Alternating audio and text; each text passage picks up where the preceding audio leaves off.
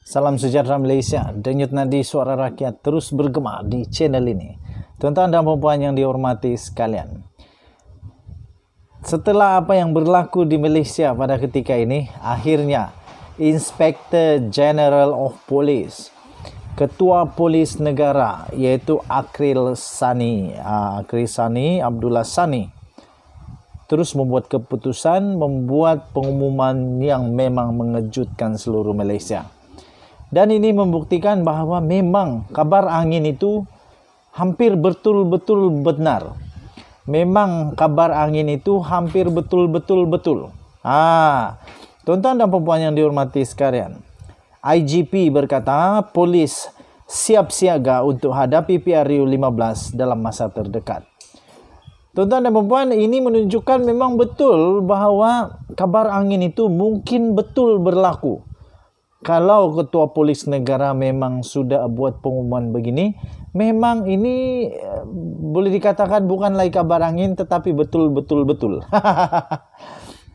Polis Diraja Malaysia PDRM sentiasa membuat persediaan rapi dari segi sumber manusia dan aset bagi memastikan kelancaran proses pilihan raya umum PRU 15, kata Ketua Polis Negara Tan Sri Akril Sani Abdullah Sani. Beliau berkata justru pasukannya sentiasa dalam keadaan bersiap sedia jika PRU 15 diadakan dalam masa yang terdekat. Untuk PRU 15 katanya, untuk PRU 15 sekarang ini nampaknya sedang hangat diperkatakan. Dan seperti mana pada tahun-tahun yang terdahulu, PDRM dah buat persiapan rapi dari pelbagai sumber terutama manusia dan aset-aset bagi memastikan kelancaran pilihan raya itu katanya. Tambahnya lagi, insyaAllah dengan persiapan kita laksanakan dan aturkan, pilihan raya akan berjalan lancar, tenteram dan aman. Katanya, kalau PRU 15 dalam masa terdekat, kami pihak polis sedia berhikmat. Jadi kita sentiasa siap sedia, katanya kepada pemberita di Georgetown pada hari ini. Beliau berkata demikian ketika ditemui selepas lawatan kerja ke Pulau Pinang, sempena sambutan peringatan Hari Polis Marin. Polis Marin ke-75 di Pengkalan Polis Marin, Batu Uban di Georgetown yang turut juga dihadiri oleh Pengarah Jabatan Keselamatan Dalam Negeri dan Ketenteraman Awam iaitu KDNKA, Bukit Aman iaitu Datuk Seri Hazani Ghazali.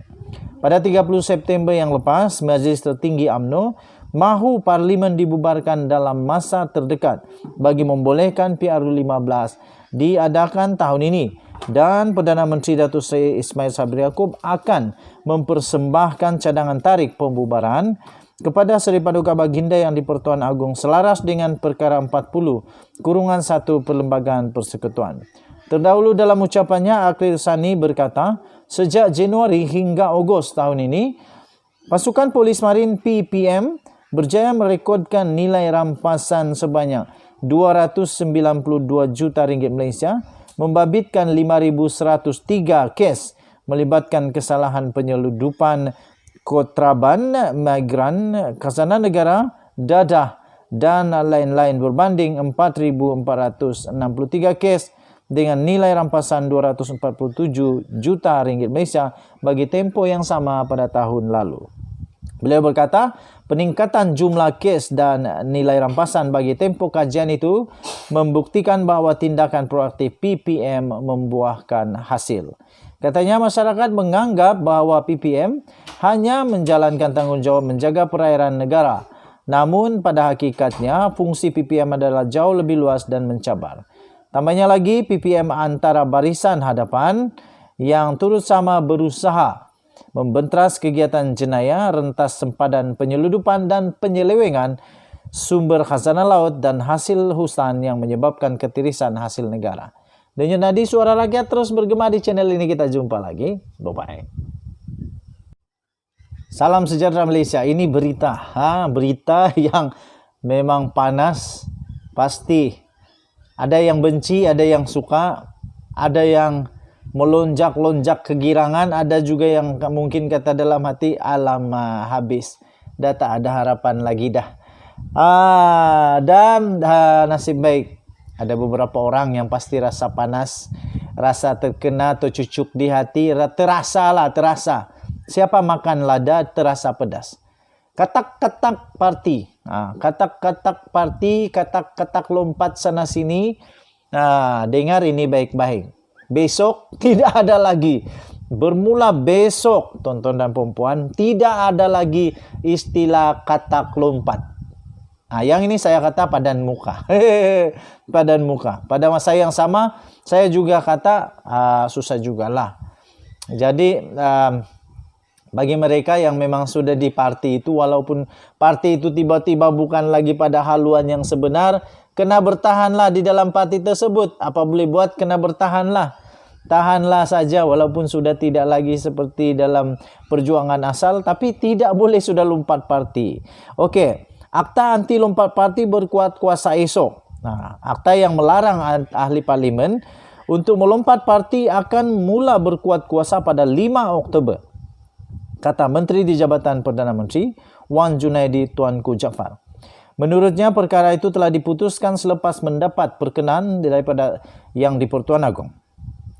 Kata Wan Junaidi, kerajaan komited mau memastikan undang-undang melarang ahli Dewan Rakyat bertukar parti dapat melindungi hak rakyat. Kebawah Duli Yang Maha Mulia Seri Paduka Baginda Yang di-Pertuan Agong telah memberikan perkenan tarik kuat kuasa Akta Perlembagaan untuk pindaan nombor 3 2022 pada 5 Oktober 2022 selaras dengan Seksyen 1/2 dan Seksyen 1/3 Akta E1663 katanya. Pelaksanaan akta tersebut merupakan antara ketetapan yang dicapai oleh Pakatan Harapan dengan kerajaan pimpinan Ismail Sabri Yaakob yang telah dimeterai melalui memorandum persefahaman yang telah ditandatangani pada 14 September tahun lalu. Untuk menjadikan ia realiti, perlembagaan perlu dipindah dan mesti mendapat sekurang-kurangnya 2/3 daripada anggota Dewan Rakyat. Tuan-tuan dan puan yang dihormati sekalian, Akta Perlembagaan Pindaan nombor 3 2022 atau juga dikenali sebagai Akta E1663 kemudian diluluskan dengan sokongan 219 ahli Dewan Rakyat pada 28 Julai yang lalu. Tiada mana-mana ahli Dewan Rakyat menolak usul tersebut manakala 11 orang tidak hadir semasa undian dijalankan. Ia kemudiannya telah diluluskan 52 orang senator Dewan Negara pada 9 Ogos. Dengan pindaan tersebut, seseorang ahli parlimen akan kehilangan kerusinya jika mereka bertindak keluar parti atau tidak lagi menjadi ahli parti yang diwakilinya. Namun ahli parlimen yang dibuang parti tidak akan kehilangan kerusi tersebut. Ahli parlimen juga tidak akan hilang kerusi jika parti mereka dibubarkan atau bergabung dengan parti lain atau jika mereka keluar parti untuk menjadi Speaker Dewan Rakyat. Bagi ahli parlimen yang menang dengan tiket bebas pula, mereka boleh hilang kerusi jika menyertai sesebuah parti atau menjadi anggota gabungan. Menurut Tuan Junaidi, dengan penetapan tarik berkuat kuasanya akta tersebut, maka pindaan Seksyen 7A Jadual ke-8, Pasal 6 Perkara 48, Perkara 160 dan Pasal baru 3A Perkara 10 serta Perkara baru 49A dengan dikuatkuasakan dengan segera. Ini seterusnya akan membenarkan pemakaian Akta E1663 ini di peringkat negeri yang tertakluk perkenaan Sultan atau Tuan Yang Terutama atau Raja di negeri berkenaan, katanya lagi. Kita jumpa lagi. Bye-bye.